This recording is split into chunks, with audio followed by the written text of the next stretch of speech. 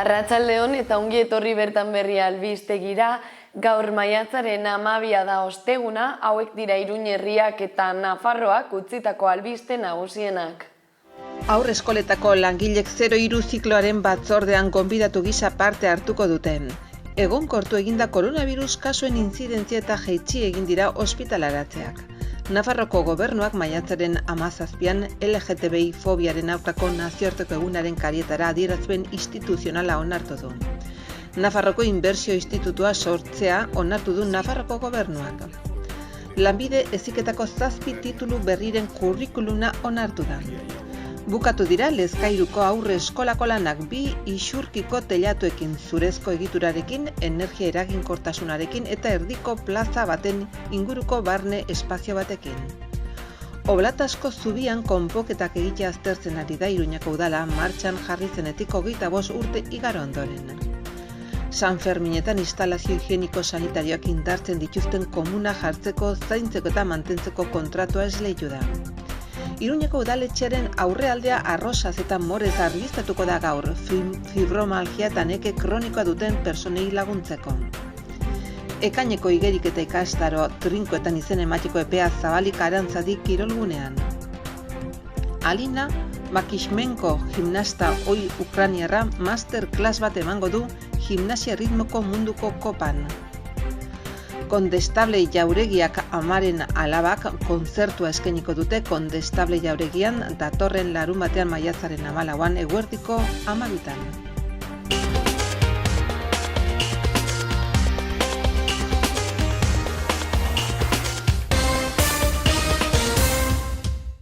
Aurre eskoletako langileek 03 zikloaren batzordean gonbidatu gisa parte hartuko dute, Udal eta Kontsejuen Federazioaren proposamena onartu du Hezkuntza Departamentuak. Gonbidatu gisa onartu ditu Jimeno Kontseilariak aurre eskoletako langilek 03 zikloaren batzordean.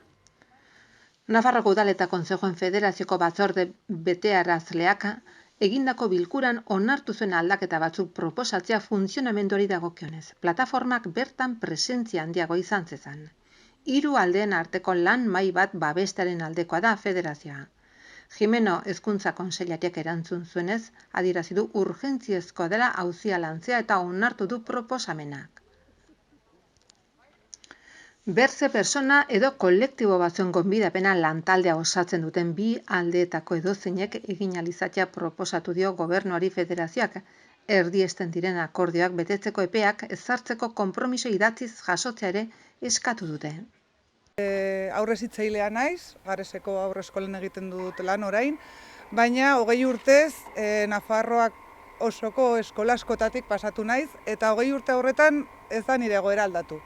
Jarraitzen dut berdina kobratzen, haur kopuru berdina daukat gelan, eta orduan familien aldetik atera zen proposamen hau, sinadurak biltzearena oso nahi iruditu zitzaigun, eta haiei babesa eskaintzearren eta haiek guri ematen diguten babesa erakustearren, hemen gaude sinadura guzti hauek ekartzera.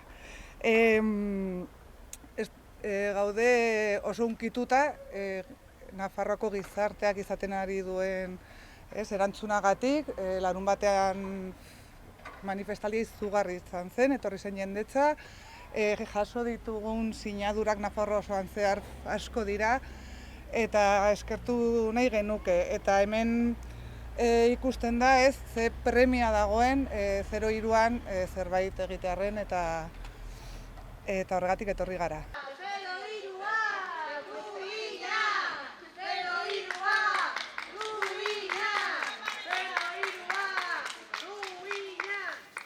Egonkortu eginda COVID-19 kasuen intzidentzia eta jaitsi egin dira ospitaleratzeak.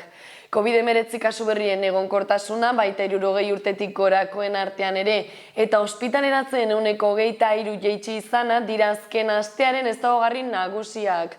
Heriotzak gora egin dute 3tik 7ra alaxeak eridan Nafarroako Osasun Publikoaren eta Lan Osasunaren Institutuaren azken txosten epidemiologikoan. Koronavirus kasu berrien egonkortasuna baita 60 urtetik gorakoen artean ere eta ospitaleratzen 23% jaitsi izana dira azken astearen ezaugarri nagusiak. Heriotzak gora egin dute 3tik 7, halaxe ageri da Nafarroko Osasun Publikoaren eta Lan Osasunaren Institutoren azken txosten epidemiologikoan. Osasun Publikoak gogorarazi du birusa jotako pertsonek erakunde batean instituzio batean bizi ez direnek ez dutela isolamendurik gorde behar. Gainera, kalteberak ez diren pertsonak, hau da 60 urte eta gehiagokoak, immunodeprimituak eta haurdun dauden emakumeak eta eremu kalteberetan lan egiten ez dutenek eta bizi ez direnek osasun zentroak, zentro soziosanitarioak, eguneko zentroak, espetxeak eta instituzionalizatutako pertsonak dituzten beste zentro batzuk, sintoma arinak dituztenek edo sintomari gabekoek ez dute froga diagnostikorik egiteko agindurik. Biztanleria kalteberaren kasuan isolamendua gordetzea gomendatzen ez bada ere, osasun sistema froga diagnostiko bat egingo du. Kasu guztietan gomendatzen da prebentzio neurri indartuak izatea sintomak hasi ondorengo 10 egunetan, maskara erabiltzea beste pertsona batzuekin egonez gero, eskua garbitzea, interakzio sozialak gutxitzea eta pertsona aulekin kontakturik ez izatea eta ekitaldi jendetsuetara joatea. Halaber, kontaktu estuek prebentzio neurri indartuak izango dituzte 10 egunez.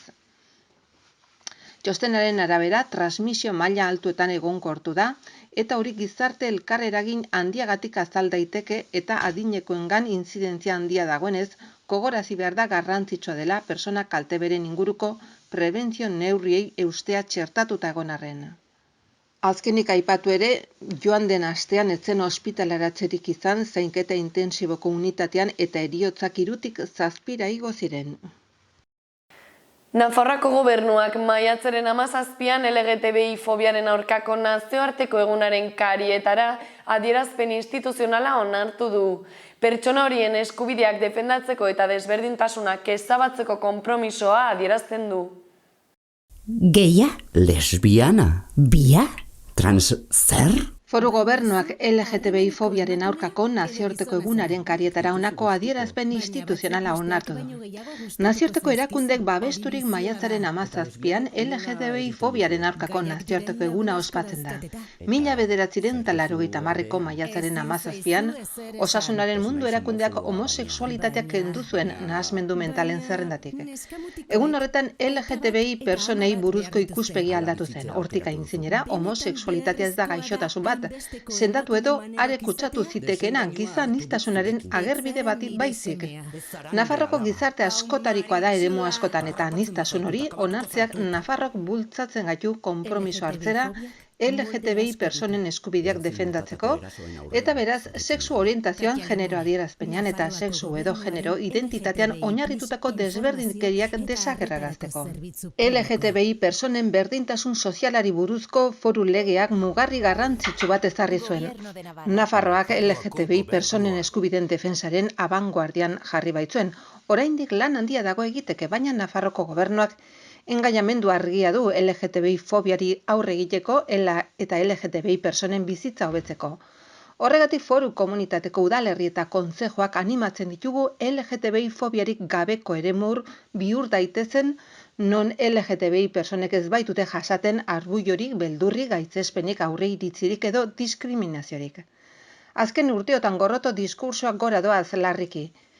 Diskurso horiek LGTBI pertsonak laidotzen dituzte eta zalantzan jartzen dituzten unera arte egindako aurrerapenak. Kolektibo horri aitortutako eskubideak ezin dira trukerako txanpon gisa erabili.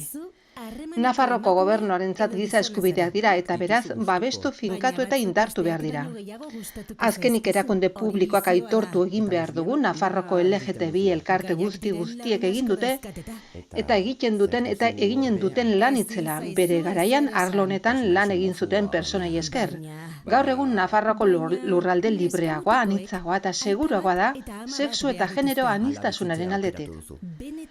Horregatik gaur eta beti Nafarroko gobernuak adierazi nahi du konpromiso irmoa duela lesbianek, geiek, transexualek, transgeneroek, bisexualek eta intersexualek jasaten duten LGTBI fobia eta diskriminazioa desagerrarazteko borrokan. Egun horren ospakizuna dela eta Nafarroko gobernuak sensibilizazio kanpaina bat abiarazi du. Zurekin gaude lelopean LGTBI fobiaren biktimek foru gobernuan aurki dezaketen babesa gogorarazteko. Nafarroako Inbertsio Institutua sortzea onartu du Nafarroako gobernuak. Nafarroako Inbertsio Institutuko exekutiboak sinatutako aurrekontu konpromisoen akordioa betetzeko sortu da. El Gobierno de Navarra ha aprobado en la sesión de esta misma mañana la creación del INI, del Instituto Navarro de Inversiones. Foru Gobernuak atzoko bilkuran Nafarroko Inbertsio Institutua sortzeko baimen emateko akordioa hartu du. Institutu hori Nafarroko garapen ekonomikoari ematen zaion laguntza zabaltzeko beste tresna bada eta erkidegortako ekoizpen sarea babestea, segurtasun ematea eta bultzatzea du helburu. Nafarroko Inbertsio Institutua Nafarroko Gobernuak eta EH Bildu sinatutako aurrekontu akordiotan sinatutakoaren ondorioz sortu da eta garapeneko banku publikoaren eredu batean oinarrituta eratu da. Eta Nafarroko Gobernuaren politika ekonomikoa transmititzeko tresna gisa, garapen jasangarriko helburuen ildoan. Gobernuaren barruan definitutako garapen ekonomiko eta sozialeko politika estrategikoi finantza laguntza emanez. Gobernuaren bileraren ondotiko prentsaurrekoan Elma Sainz Ekonomia eta Ogasun Sail kontseilariak gogorarazi du Nafarroko Inbertsio Institutua ezaugarritako bat haren diseinu funtzionala dela, inbertsiori buruzko banakako erabakiak. Gobernuko ordezkaririk gabeko profesional independentek soilik osatutako inbertsio batzorde batek hartu baititu. De capital riesgo estratégico cuyo objetivo fuera el favorecer el crecimiento y el arraigo de empresas claves en Navarra. Lanbide Heziketako 7 titulu berriren kurrikuluma onartu da, zerrendak Lanbide Heziketako prestakuntza eskaintza eguneratzen du, merkatuaren eta Nafarroako ikasleen beharretara egokituz.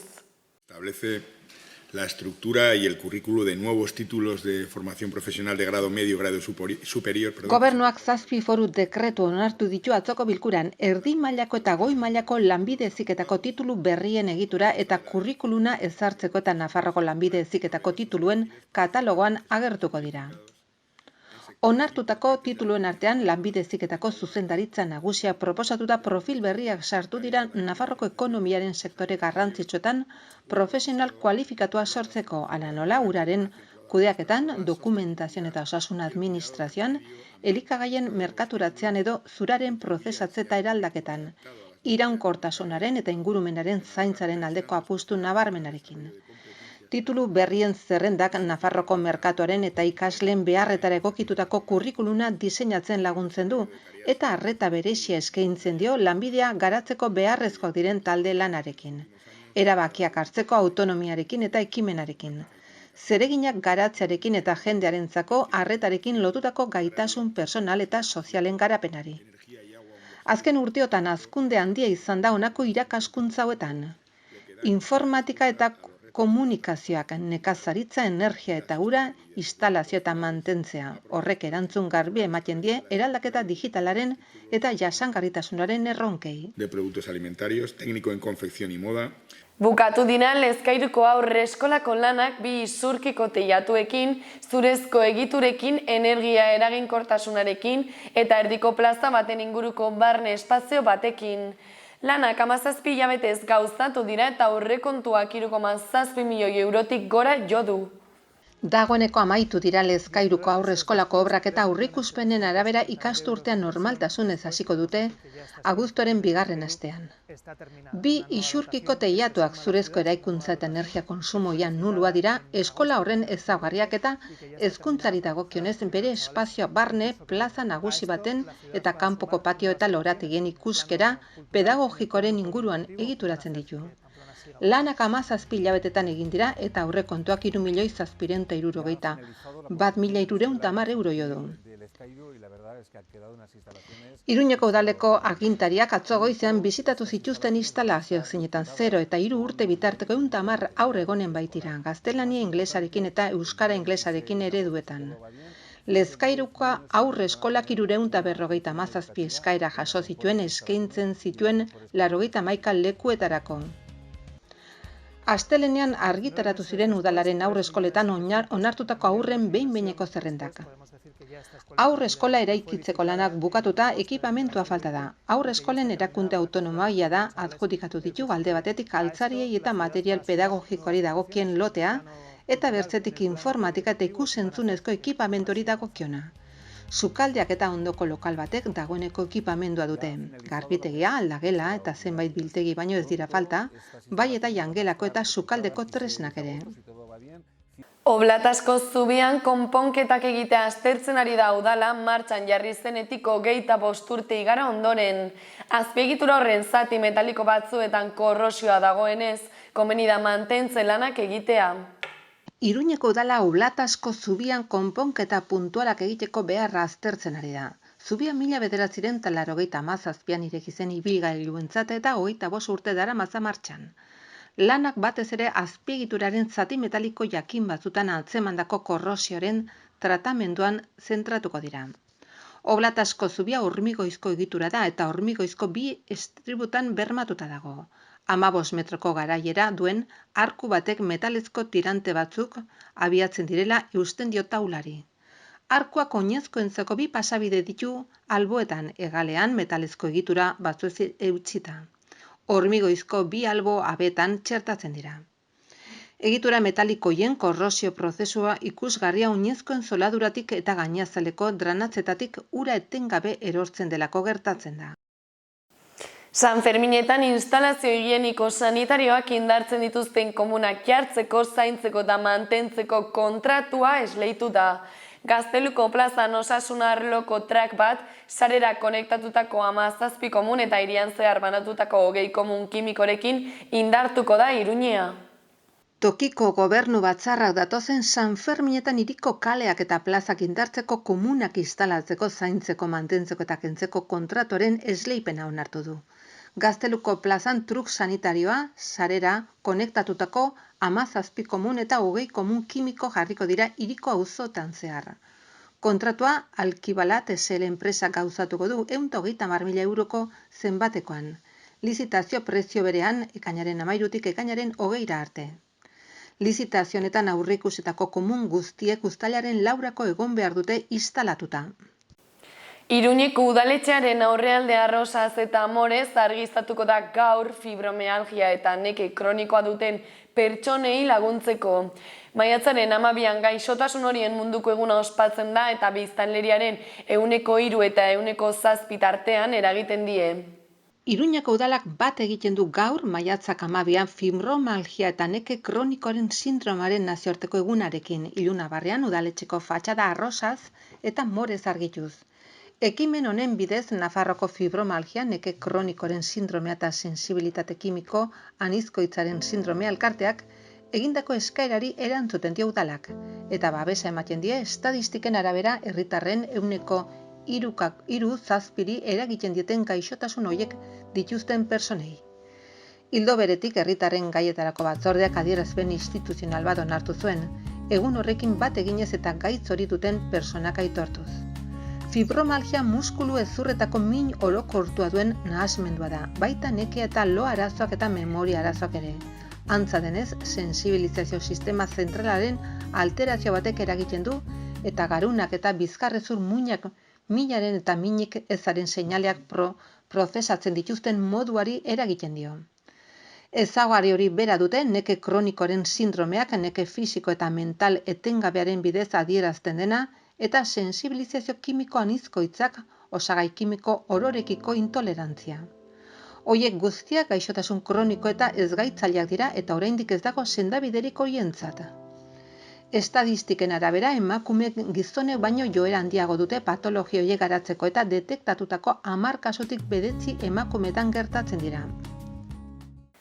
Ekaineko igerik eta ikastaro trinkoetan izen emateko epea zabalik Arantzadi kirolgunean. Hastapen eta hobekuntza ikastaroak eskaintzen dira arratsaldez, asteleenetik ostegunera 5 urtetik gorako haurrentzat. Iruñeko udalak Nafarroko igerik eta federazioarekin elkarlanean haurrentzako igerik eta ikastaro trinkoak eskaintzen ditu ekainean Arantzadi kirolgunean. Jarduera hau 5 urtetik beherakoentzat da, hau da 2017an eta aurreko urtetan jaiotakoentzat. Izen ematea federazioaren web orri ofizialean egin ahal izango da, irekita dago eta 75 euroko kosto izango du abonatuentzat eta 80 euro abonatu ez direnentzat.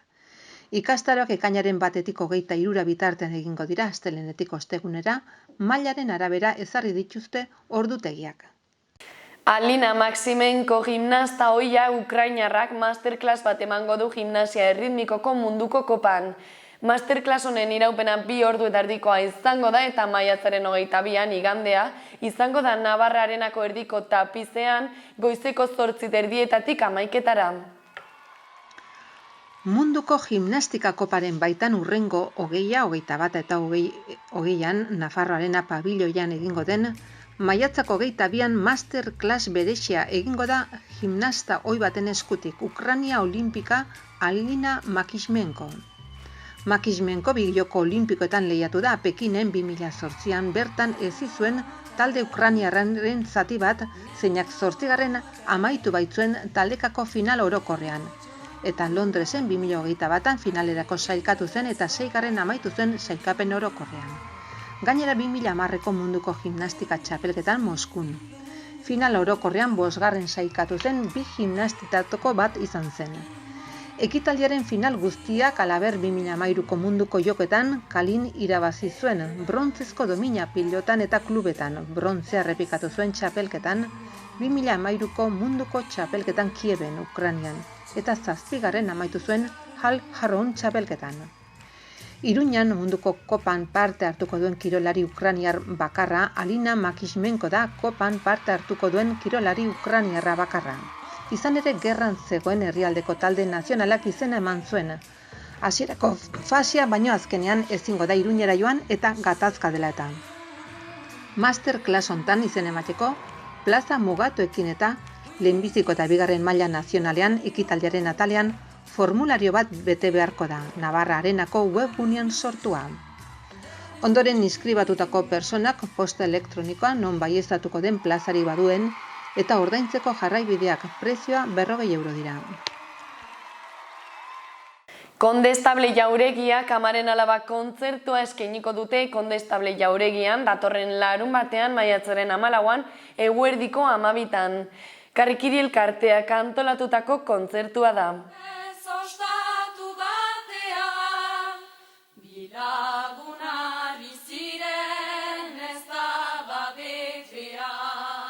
Karrikiri elkarteak ikuskizun ederra prestatu du Kondestable Jauregian. Amaren Alabak kontzertua eskainiko baitute maiatzaren 14an larunbatarekin goizeko 12an. Amaren Alabak 6 xuberotar emakumeek osatutako musika talde berezia da. Akapela abestuz, emanaldietan kantuak koreografiaz laguntzen dituzte, eszenografia xume batekin. Nagusiki euskeraz abesten badut ere, erdaretako kantuak ere sartzen dituzte beren errepertorioan ala nola frantzesak, oksitanariozkoak, gaztelanizkoak eta portugesezkoak. Xuberotar tradizioko kantu moldea eta eragin modernoak nahasten dituzte.